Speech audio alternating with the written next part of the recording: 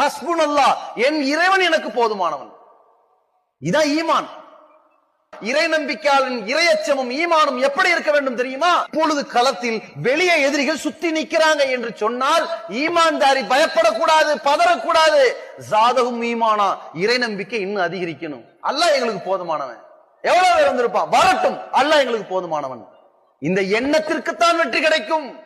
இந்த எண்ணத்தின் அடிப்படையில் நம்ம வாழ்ந்து காட்டணும். எல்லா கட்டங்களிலும் நன்மையை ஏவும் பொழுதும் அல்லாஹ் எனக்கு போதுமானவன், தீமையை தடுக்கும் பொழுதும் பல எதிர்ப்புகளை சந்திக்க வேண்டி வரும். மார்க்க ரீதியாக தடுத்தாலும் எதிர்ப்புகளை சந்திக்க வேண்டும்.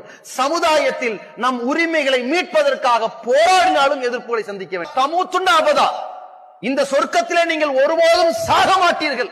என்றைக்கும் மரணம் ஏற்படாத ஒரு சுவனத்திற்காக இந்த துன்யாவில் என்றைக்காவது சாவதற்கு தயார் என்ற தௌஹீத் நிலைநாட்டுதல், அல்லாஹ்வுடைய நம்பிக்கை இருக்க வேண்டும், இறையச்சம் இருக்க வேண்டும், மறுமை எதிர்பார்த்திருக்க வேண்டும். அதற்காக உலகத்தில் எதையும் நாம் தியாகம் செய்ய தயாராக இருக்க